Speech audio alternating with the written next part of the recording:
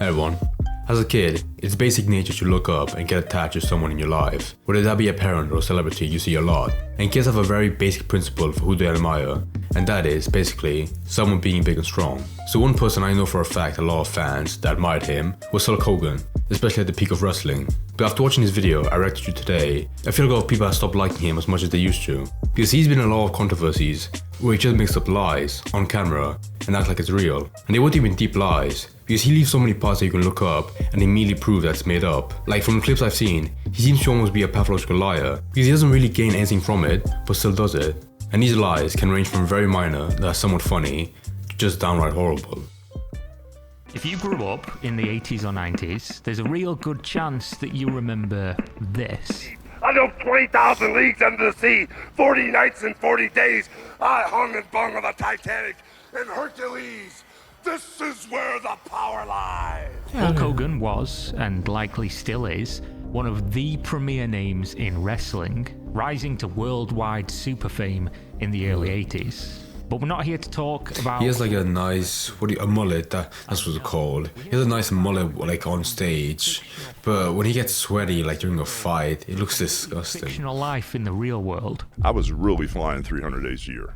300 days And I was wrestling 400 to 450 times a year. Hulk Hogan likes to say things like this on podcasts, which is a slightly different and updated lie from the one he originally told in his autobiography. Oh, he has green eyes. God. It really is like that meme where that picture of people with green eyes just stands out like daggers. More believable than the original quote from the book he wrote, which said, and I quote, "If I say I wrestled 400 days a year, it's no exaggeration. My years were actually longer than 365 days. There were times when I'd fly back and forth to Japan twice a week just to wrestle. Now it was nothing to wrestle in Madison Square Garden one day, then fly all the way to the Egg Dome in Tokyo the same day, because you'd gain 14 hours, and then fly back to the West Coast and so on. So I could wrestle." I saw he meant like he watched a bit of Andrew Tate and he decided to like manage his time by splitting it up where he does something in the morning and then in the afternoon is like a new day. So I thought he was gonna like be very analytical, but I guess and not. land in another town yesterday. I was constantly adding days to my years. This, of course, if you couldn't tell from me being almost incapable of reading it with a straight face, is a completely mathematically impossible scenario. However, cutting Hulk Hogan some slack here, you could say maybe he just exaggerated the one or two times. If he went to Japan, everyone must have been horrified at him. How tall is he? Because even if he wasn't that tall, just his style in general would have like caused like an old Japanese woman to have like a heart attack. Never fought in Madison Square Garden one day and the Egg Dome in Tokyo the next. So it raises the question, why? Why lie about this when people can easily fact check? And that's the real question, one that's really hard to answer, because unlike many other liars, Hulk Hogan doesn't seem to be delusional or crazy. He's actually acknowledged his lies many times and even backed down on them when forced to do so. Man, I wouldn't care. If I was retired, I would just have fun and make up shit about what my life was like in the prime. It's a wild story in and of itself. Basically, Hulk Hogan was involved in a sex tape scandal back in 2007, where he was recorded having sex with his friend's wife. Not his fault, of course. I mean, who hasn't gone over to their friend's house, had sex with their wife while the friend is present, and then realised that these friends are actually recording you in order to try and blackmail you later? This whole situation came to light when it was leaked to Gawker, who then, as fantastically ethical journalists would do, posted some of the clip online, which then led to Hulk Hogan suing them for invasion of privacy, asking for $100 million in damages. Jesus. That's exactly how a That was definitely worth it for like the 10 people that decided to like subscribe to their dumb newsletter. Lawsuits in the state of Florida. When Hulk was cross-examined by Gawker's lawyers, I doubt he was expecting to hear this. Let me ask you this. Just let's see if we can simplify this. Do you have any doubt as you sit in that witness stand today that you were discussing the length of your penis on Bubba's radio program? Any doubt? Well, it's not mine, because mine isn't that size, but we were discussing the length of Hulk Hogan's. Seriously? So You No, were seriously, discussing- I do not have a 10-inch penis. No, I do not. Seriously. This clip and the entire Okay. scenario is the man behind Hulk Hogan, What a brave Terry man. Bollea, essentially saying that he and Hulk Hogan are two separate entities and that Hulk Hogan has a 10-inch penis while he, Terry, does not. I'm not That's even clever. sure where I'm going with this. That's a very good tactic in what's it called, in justice in a court. Man, it probably is the worst like sex tape story. The one part I didn't know before was the fact like his friend or the wife was recording it beforehand, intentionally doing it to blackmail him. Like that is messed up. I don't know I don't know why in my mind I didn't think about that, because I guess there is no other way to have that situation without setting up a camera. Just you sell the footage to someone else to make some money out of it. I don't know, some people like to record themselves just for no reason. So I'm guessing I feel like they would have told him at least and be like, yeah, we're just gonna keep it, don't worry. We're gonna like promising they're gonna keep it, you know? But to be fair, that's like one different story. The fact that Gorko sold it and got sued for that much definitely wasn't worth it. Himself, whether in video, on podcasts, or in his book. Now, I'm not sure I need to tell you all who Mike Tyson is, right? Heavyweight champion of the world, Iron Mike, one of the most savagely brutal knockout artists in the world of boxing during his career. Well, Mike Tyson and Hulk Hogan were apparently going to fight each other in a wrestling match back in the day. You were gonna fight Tyson. No, it's gonna be. We were looking at. That would have been like a decent freak fight. Not bad. You had the paper signed, didn't you? Yeah, I wasn't. Well, we were close. Vince was whining and dining him. Now, this scenario is... I like you can tell, like, as he got older, he couldn't do the voice anymore because it shredded his voice box, so he has to keep it a bit more toned down. fell through, Hulk decided to start telling people that Mike Tyson was scared of him, which is just a hilarious thing to say considering Hulk Hogan is a wrestler and Mike Tyson was a heavyweight championship boxer. Which of course isn't If there's one person that would definitely be pissed off at that statement, it would be Mike Tyson. in any real combat sports, and Mike was an animal. This story is just a very easy way to segue into the many lies about Hulk Hogan's real, macho, manly abilities and his combat prowess, which funnily enough makes this Mike Tyson You know that commercial, he had the same body type as Alex Jones, we just ate like a bunch of red meat and had red skin. He beat Japanese wrestler Antonio Inoki so badly that he died, was brought back to life by CPR, and Hulk had to immediately flee Japan due to the Yakuza coming after him, which of course never happened. Oh, and Hulk Hogan returned to Japan I was many about to say, what a times over story. the years. What a liar. Which is a real weird story considering the match was televised and you can even watch it online now. Nobody died. So how about the time when Hulk said he used to wrestle Pride fighters in Japan back in the late 70s, which would mean Hulk was battling some real, legit fighters. The only problem with this claim, of course, is that Pride didn't even exist until 1997, over 20 years after Hulk claimed to have fought these people. Oh, now, I don't man. know if Hulk Hogan... That Pride story, like a footage of him fighting in that ring would have been good, but that wrestling story, if it was real and the guy survived, that would have been incredible. But no, he lied about it. I guess it goes to show how it doesn't matter how dumb it is. People that are just moronic like me will believe it as soon as they hear it. Unless someone in this video was like, no, it didn't happen. It could have never did happened. in Japan as if it was another dimension, a black hole of information. But considering the next things we're going to talk about happened closer to home, I'm not really sure that's the case either. Especially since stories like this next one don't lie about things that are far removed and instead some of the most popular icons on the planet. Such as when he said Elvis, yes, that Elvis, the king of rock and roll, was a huge Hulk Hogan fan, which Hulk lovingly refers to as Hulkamaniacs. So apparently Elvis used to come to his sucks. shows in Memphis, which is interesting Okay. since Hulk Hogan didn't wrestle in Memphis until 1979. Conveniently, Elvis died 2 years prior in 1977. And you might think maybe he's just getting the dates mixed up and this is some offhand comment he made, but he wrote this in his autobiography to exist in print for eternity. So we either knew people were going to figure out he was lying very quickly and put two and two together, or maybe he's about to tell us that he's actually a necromancer and that he would routinely revive popular musicians to come hang out at his shows, since he knew that they were such fans and even in death they wouldn't want to miss the chance to see his performance in the ring. Now this might seem like an unfortunate segue, but I will tell you it came about almost entirely by accident. Hulk Hogan isn't just a liar. Hulk Hogan has done a lot of good work with the Make-A-Wish Foundation. He has taken time That doesn't matter. He's still alive. He's the worst human being ever. to meet the legendary superstar of wrestling. Long story, I'll make it short. I was in Wembley Stadium and I saw a lot of Make-A-Wish kids. That's a good point. If you're a kid, then I guess the one important thing, not important, but it is nice to like have a small fantasy before you grow up. I mean, when you grow up, of course, you don't realize that's not true, but as long as you have that warm feeling in your heart from those stories, and that's all that matters. I had a kid there that was in rough shape. The EMTs were with him and he was on a stretcher. And He has like a 40-year-old mom skin bag. It's disgusting. Smelled in a while. Not bad, but it was just a different type of smell. And I really wasn't sure what it was, and the parents were freaking out. They were Hulkamaniacs. And I told the doctors and the EMTs, you know, the kid's in kind of trouble here, you know, so let me say my goodbyes and give him a hug and kiss him. And I got a nice place for him out at ringside at Wembley Stadium. It's all roped off. So I went to wrestle, and I kept looking, and the kid wasn't there. So when I came back from wrestling, I was the last person to wrestle the main event. I said, what happened to the family out there? And they said, oh, the kid passed away. So when I found out the kid passed away, my manager, Jimmy Hart, the Mouth of the South, he used to be in a band too.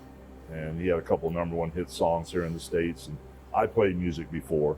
So we stayed up all night and we wrote 12 songs for the kid's family. And what you need to understand That's about Hulk heartbreaking. Hogan, and most of the stuff I've said in this video so far, is that none of it's really that big of a deal, right? I mean, it's just grandstanding about how macho he is. You know, I've got a huge...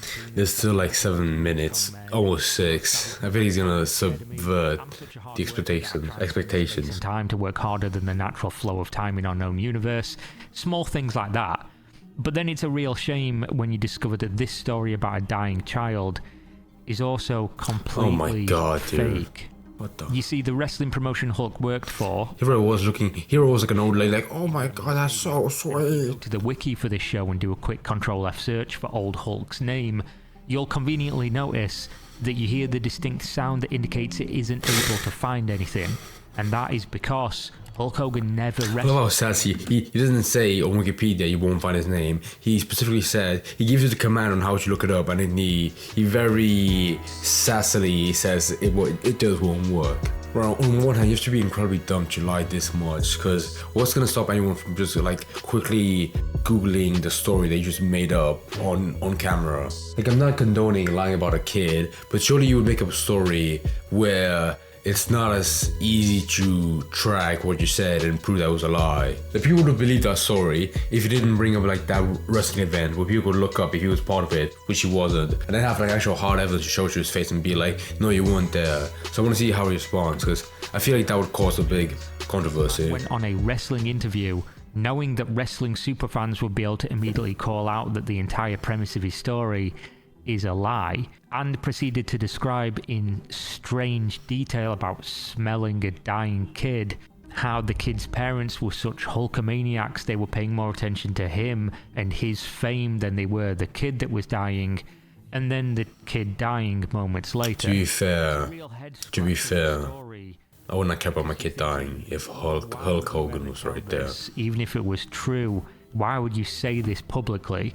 But funnily enough, it actually gets answered in the next clip, which also segues into the many lies about Hulk Hogan. See, I have this condition of wanting to have fun. And they got a hold of Simon Cowell.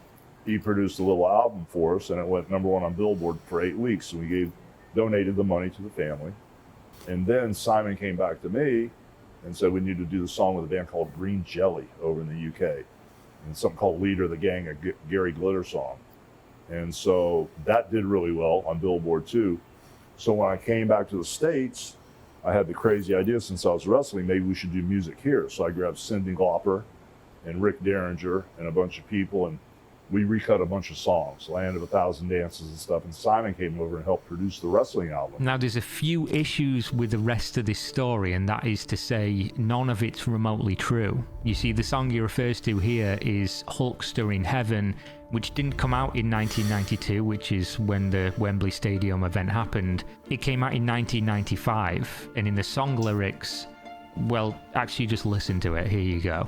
I guess it'll be one empty seat. Nah. Wrestle at Wembley. So he's recorded in history a song which we've established didn't happen, and it also didn't reach number 1 on Billboard, as Hulk said. The album did reach number 12 on Billboard Kids, so maybe Hulk was just confused, or his ego doesn't allow him to recognize the number 2, he can only be number 1. So the 12 actually is morphed in his brain to be number 1, and just skipped onto a completely different Billboard list entirely. He couldn't care about lying about a kid's death, but he can definitely read numbers. Come on, man. He did produce the 1993 WrestleMania album, which Hulk, according to the Wikipedia article, has no credits in. Also, why would you buy a wrestling album? I don't trust people that make a living by breaking each other's spines on their knees would be able to sing good. 7 years before these events happened, and not in the future like Hulk's saying. So this entire story is essentially using the death of a fake child from a terrible illness in order to claim some kind of credit for helping Simon Cowell become famous, which is a mad story in and of itself. But funnily enough, not Hulk Hogan's only lie about music. The other really famous one he still tells to this day is how he was big pals with Lars Ulrich, the drummer and co-founder of Metallica, and how Lars Ulrich... I can see already that it's going to be disproven by the guy being like, no, I don't like that guy. Back in the early days, but how it didn't really work out, which becomes hilarious when Howard Stern then asks Lars Ulrich himself, who had the classy reaction to the news, basically saying he doesn't even know who Hulk Hogan is, but not going so far as to totally wreck the man in the process, as a true professional would. Hulk then, of course, saw this, and when people... If I was him in that situation, I would just make up lies about him as well, about how he likes to, like, drink his own sweat. I feel... Because how's he going to respond to that when his entire career after his prime is just made up on lies? I tried to contact Metallica management repeatedly, which is a very far story from being big pals with the founder and being asked directly to join. So I think we end it here, because we could be telling these stories all day. I mean, I didn't even touch on the time Hulk Hogan says he was repeatedly offered the lead role for the movie titled The Wrestler, which was eventually taken over by Mickey Rourke, who went on to take home awards for the performance. Hulk claimed to have been sent the script repeatedly, and this never happened. Just like pretty much every other story. I love it. He was like, we won't go on all day, but there is one more story, and then, yeah, he's going to keep on telling like 5 more. Not a single script was ever sent to Hulk Hogan. I'm not going to end the video yet. This one's the last one, I swear. Okay, Hulk Hogan, why do you do these things? Go on. I have 4 hours to spare. Be famous for all the things that actually happened. I wrestled Andre the Giant with these boots on, and then a couple days later he passed on. So this one's particularly egregious because he did wrestle Andre the Giant multiple times, and he did wear those boots. But that was on March 27th, 1988. Andre the Giant died on January 28th, 1993. 5 years later. So unless Hulk was confessing to strapping himself up into these boots and his little wrestling pants and then assaulting Andre the Giant in his final few days of life, this is again another provable lie, and one that he told totally apropos of nothing in an MTV Cribs episode. I'm just really shocked. Oh my gosh, I realized something. I'll say in a minute. And nobody just says, Hulk, you know, we know that's not true, mate, that's a lie. But yeah, either way, that's the video. Thanks for watching.